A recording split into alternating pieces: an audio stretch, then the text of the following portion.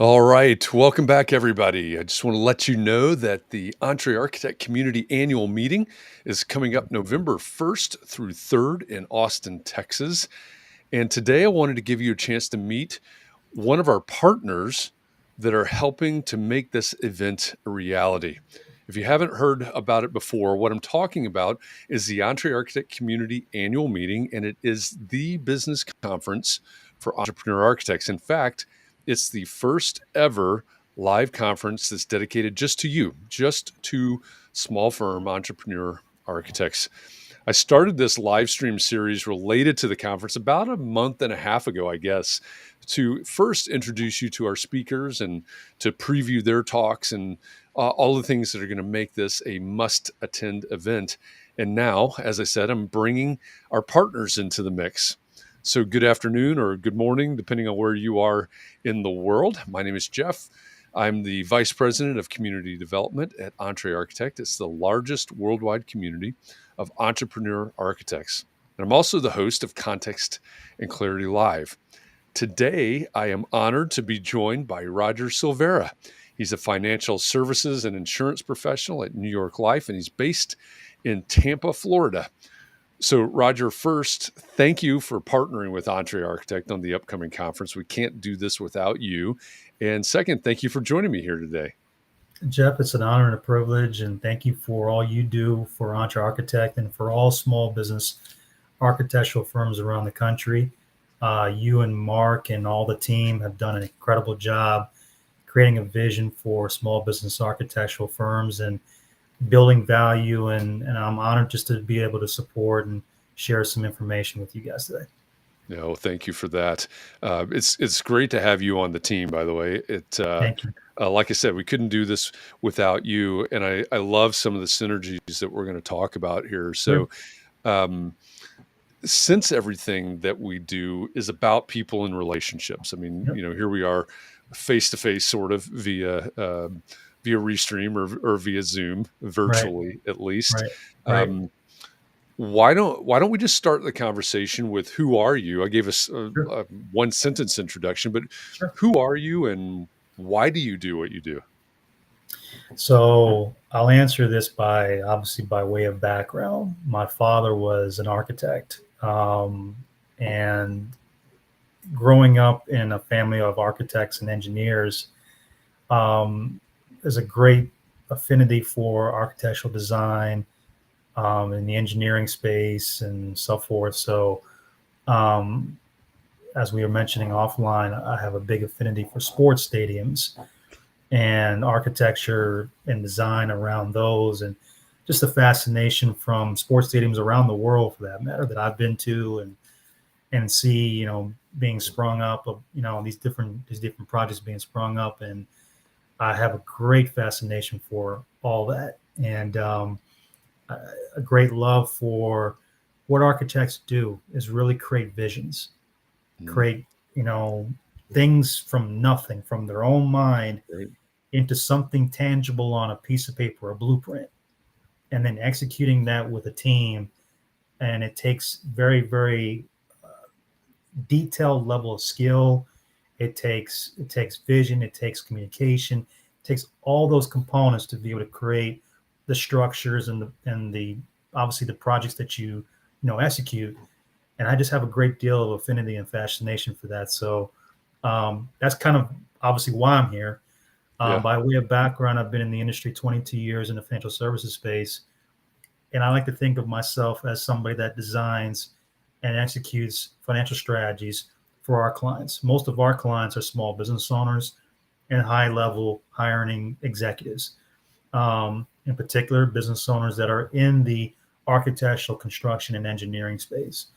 And one of the things I look at is, a lot of different decisions that business owners have to make over the course of their lifetime, right? From how they take care of their employees to how they build value in their businesses, how they protect the value in their businesses. There's a litany of different things. And now, obviously, with everything going on with the economy and not just domestically, but also internationally, that affects small business owners a lot. So a lot of our clients have questions. a lot of different concerns, what keeps them up at night. So I like to always really get deep in conversation, understand what our clients are facing, and really speak to that, because it's important that us as practitioners, we speak to the issues that small business architects are facing today. And again, to be a resource for those particular issues moving forward. Yeah. Yeah, that's a great help, I think. And one of the things that we talk about in the architecture world a lot, and this is more on the, I guess, on the professional insurance side, Sure. but it's the risk management piece of it. Mhm. Liability is high in a lot of the aspects that we do, but or that we work on. But a big focus of this conference that's coming up, the EntreArchitect Sure. Community Annual Meeting, Mhm. is how do we build better businesses? And often Mark and I will talk about the fact that a lot of people um, that are entrepreneur architects, a lot of people that start small businesses, whether architecture or some other type of small business, we've realized that a lot of us are in this space because for whatever reason you started this, there was something in your head that said there had to be a better way, or I want to do this my way, or I want this flexibility to do it. And maybe it's family, maybe it's, who knows what. But back to that idea of building a business that allows you to practice in your own way.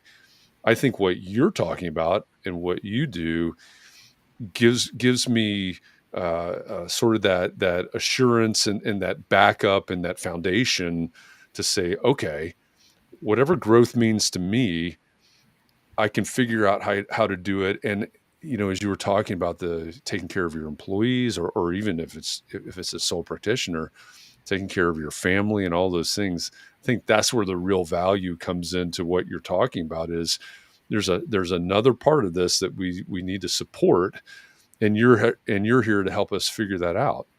Yeah. Yeah. I think, there's different, goals and aspirations. Yep.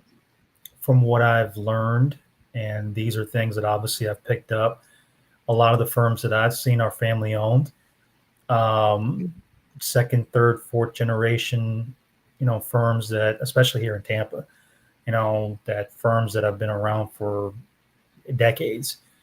Hmm. And, you know, the personal estate planning, um, the amount of employees that have passed through those doors, Right. but building the value with those individuals and making them feel like they're part of a vision larger than them.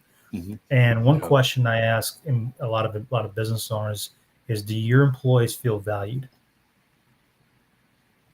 that's a great And that's a question. question that a lot of business owners naturally will say, yeah, of course. Why would I not, feel like that? And I was like, but do they feel like that? Right. And not just financially, but non-financially. So, it's these types of value structures that I think are very, very important, that build the top line revenue because you're getting more productivity per employee. Um, and one of the things I often ask too is, what ways do you have to attract and retain your top talent? Yeah. With what's going on now, with a lot of business owners wanting, a lot of employees wanting to become business owners, the whole Great Resignation thing. And I said, to you as a business owner, how do you feel about your employees, not just loyalty to the vision and things that you're trying to do, but is that translated into how you show up for them in a financial sense and a non-financial sense? And I dive deeper into those particular nuances. And typically it's a lot of things that, they say, well, you know what, we've thought about doing stuff for our top guys.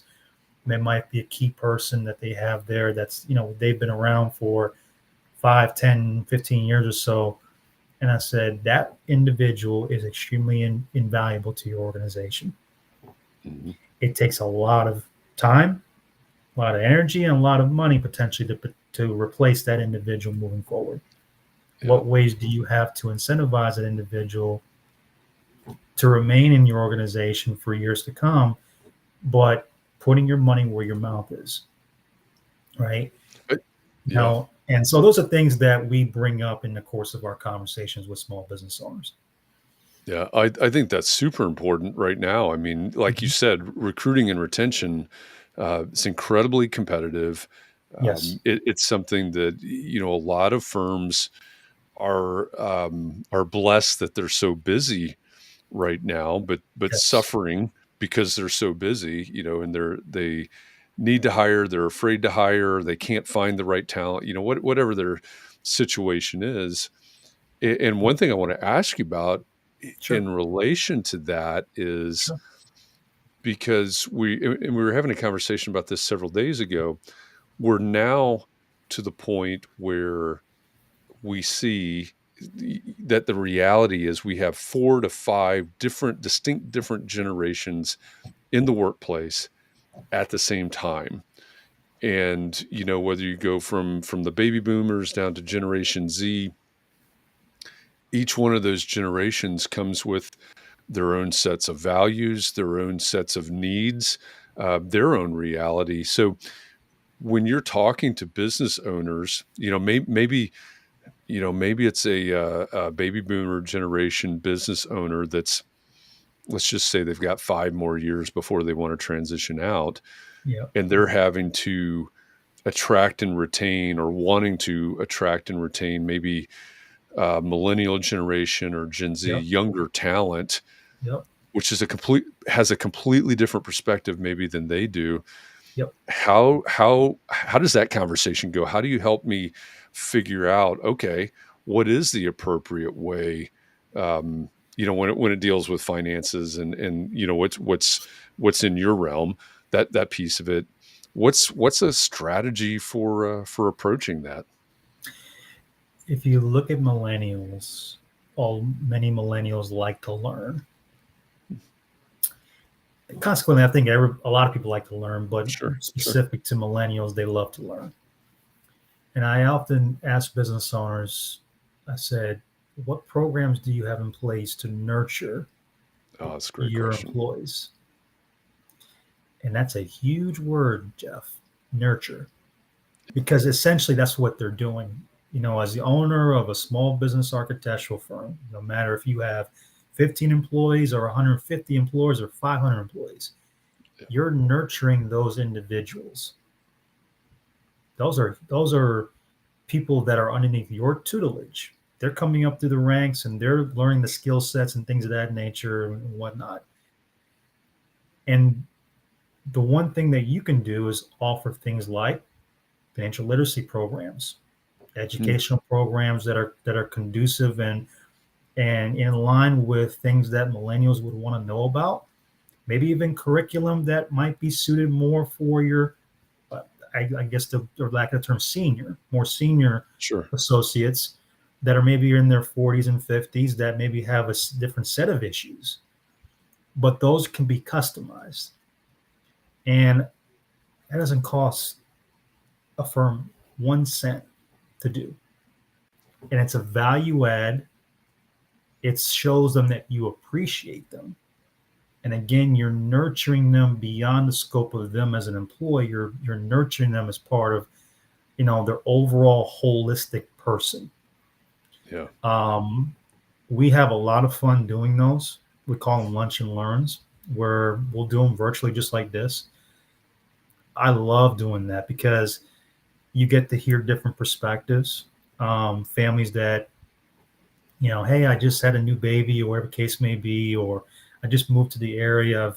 I've got, 5 years of architectural experience. I just moved to this new firm here. And those are types of things that we didn't do with our previous firm or whatever the case may Yeah. be. Yeah. And that completely separates that particular company from the rest. When you now go to hire, you can now list that as part of your benefits package and say, look, part of your benefits package is going to be the offering of having a financial literacy component built into this. Yeah. That's huge because financially and non-financially, like health and wellness programs, this goes beyond the non-financial aspect too, but there's a lot of different things that companies are trying to do to keep employees engaged and then subsequently productive.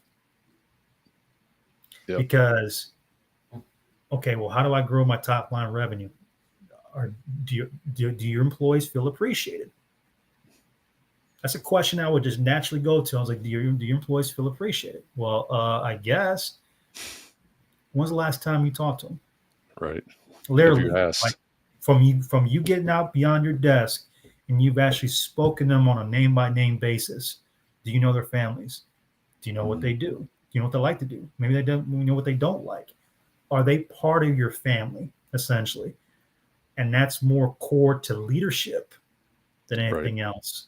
So I'm sharing these perspectives because, it's naturally to get into a conversation about, dollars and cents and all that kind of stuff. While that's great, I think people in our profession, the top of our profession, really like to get really granular in the questions we ask to our clients, because not only does it show that we really care, which, obviously the top advisors, you would hope that they would care deeply about their clients. Right. But not just that, is that it shows them that you're looking for a long-term mutual relationship that is beyond the scope of just moving some money around. It's really, can I help you really grow the value of this thing, that it's a representation of what you're looking for long-term.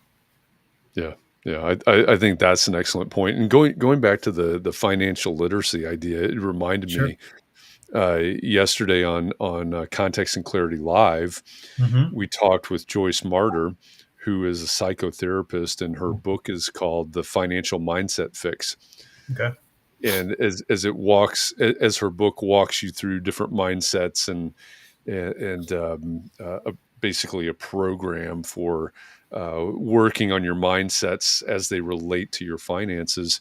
One of the things that comes up, I forget which chapter it is, but she talks about financial literacy, and in her book, it's basically about me and my finances. But I think that's what you're talking about is a huge component of that. Is if my firm can offer that as a perk or as a benefit, as you said, I think that makes me ultimately a better employee, and definitely, hopefully a more satisfied employee, as well as, maybe a better contributor to whatever my family context is or anything like that. So I think that's a fantastic idea. Employee benefit planning, which is what it is. There's two sets of employee benefit planning levels. There's your ranking file, and then things commensurate with that. So you feel, okay, well, I need to make sure that for the 100 employees or the 50 employees I have, maybe 2 or 3 are key, that's a separate conversation. And Sure. they have a different set of needs. That's more of the executive benefit base, right? Hmm. So how do we deal with that in mind as well? Because they're, again, the totally different needs: taxes, asset protection. There's a litany of different things because they have a higher income, Right. probably have, different asset levels and things of that nature. And you get, your rank and file. Maybe they make 60, 75,000 a year. They're starting to grow their career, but they still need this, a different level of attention that is very high, but it's a different level of attention. So when I look at employee benefit planning, I look at the executive level and I look at the rank and file, and I give a full, full blown level of view to those two endpoints and say, okay, well, what can we do to help the rank and file in terms of from a company's perspective? How do we attract and retain top talent to them? Right? They may say, well, you know what, our goal is go from 50 employees to 100 employees. Right? We don't want to grow more than 100, but we want to get to 100 employees. Well, how do we do that? Right? How do we Yeah. build that? How we build the value within the company as well? And again, it goes beyond the scope of financials. So I would say a few years ago, I adopted a philosophy or a model, essentially, and I call it a virtual family office. And it's literally like this, where you have different advisors in different areas that come together. So, for example, if I'm talking to an owner or an executive, more than like I'm talking to the owners and executives here, where I say, look, the idea is, Mr. Business Owner, your entire company, your employees are part of that, part of that process, right?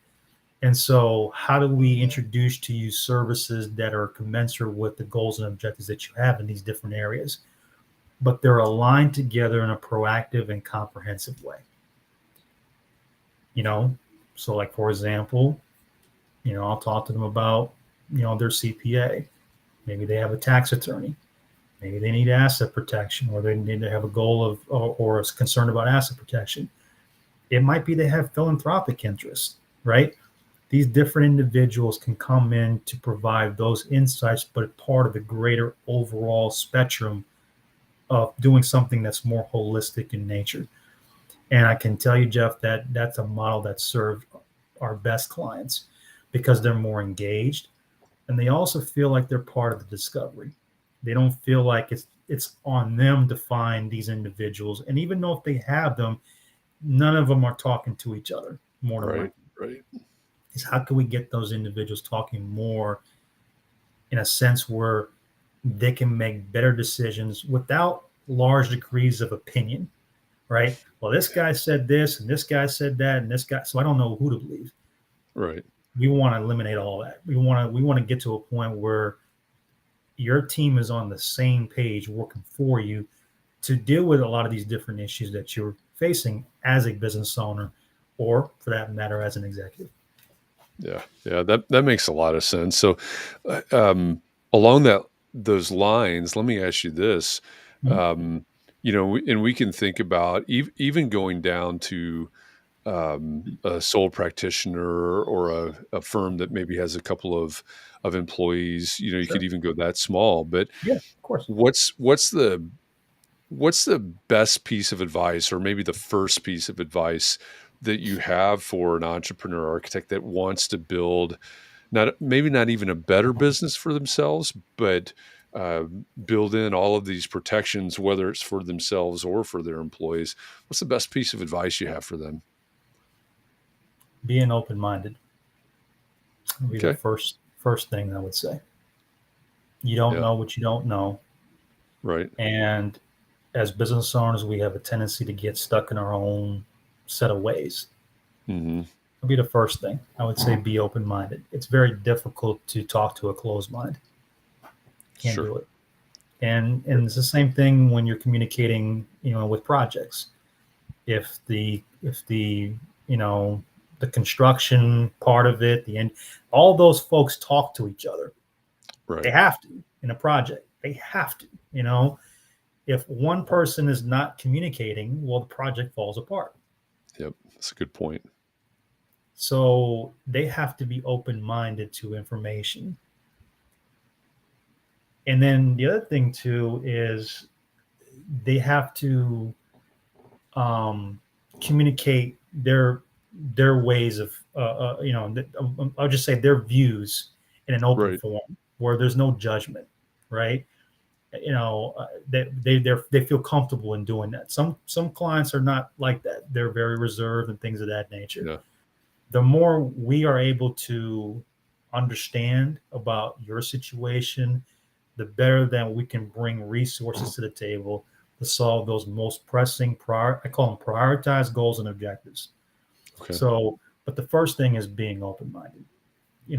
Come to the table with an open-mindedness of like, look, here's some things that we've done in the past.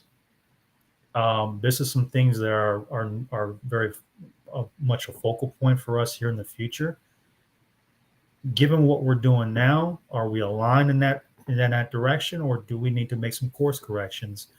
And let's have a conversation that is completely ill of biases or preconceived notions. Let's just really understand what's truly important to you, and let's see if then at that point there's an opportunity where we can do some work together.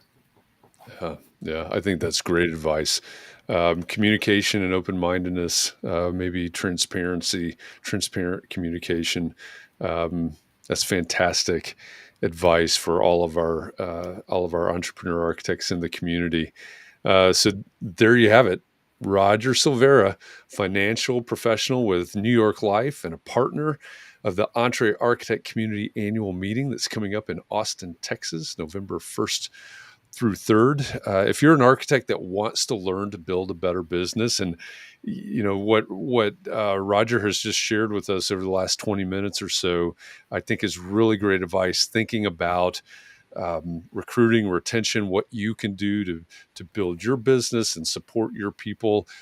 These are the kinds of things that we're going to learn at this conference in just 3 weeks or so. I guess it's the Right. clock's ticking. It's coming up here. Yep. Um, so if that's something that you want to do, if you want to learn how to practice in your own way, or maybe you're the employee of a firm and you want to take this information back to the firm, or you aspire to start your own thing and do it your own way, my encouragement would be to go over to the website, the URL, smallfirmconference.com. It's in the lower left corner of your screen right now, smallfirmconference.com. There's more information there about our sponsors, about the speakers, about the venue, and you can also register for the event right there on that page, smallfirmconference.com. Again, it's the first ever live conference that's dedicated just to you, to small firm entrepreneur architects. So check it out. I promise that you won't be disappointed. And again, Roger, I really appreciate you for partnering with us on this. And thanks for joining me today and helping to make this a reality and sharing some of the valuable information and insights that you have from your own work with small business owners and entrepreneur architects like our community. Jeff, it's an honor and privilege, and I look forward to being a resource for the community for years to come. I realize that these are sensitive topics and they require trust. And my goal is to be a trusted advisor and resource for the EntreArchitect community. And I look forward to that. Well, let me ask you this right before we go here. What's the best place or best way for someone to connect with you? They can connect with me via LinkedIn. I am pretty much heavy on LinkedIn. And I don't know if I can put a link here that can let's see. I don't know if I can do that here. What's the link? Here, let me put it in the private chat here. Okay. There we go. Can you see Perfect. that? Yep. Let me grab Yeah, this. so they can connect with me right there on my LinkedIn page.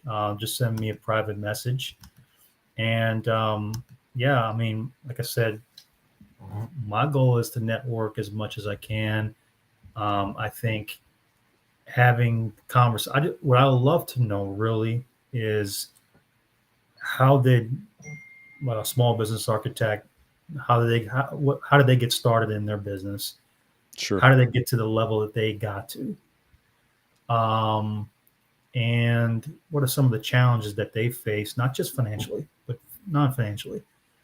And where do they see the overarching industry of architectural and design, where they see that moving forward over the next few years as we go through some of the economic challenges that we have currently? What are some of those things that they're faced with that they feel are important to them? And for me, it's an opportunity for me to learn more about what's important to the community. Yeah. Because then I can tailor things that would be fruitful that you would want to know about, so that we're on the same page together. And I think that's important. Yep. I love that. I love the development of the understanding and the empathy there. So the URL for Roger's LinkedIn profile is in the bottom left corner now. So you can go to LinkedIn, find Roger Silvera, and connect with him there. I know from our interactions so far on LinkedIn, he is very responsive over there. And he's also posting and commenting on posts over there on LinkedIn. He's very active there. So connect with him there. Gene Johnson, I see you over on LinkedIn from Houston, Texas.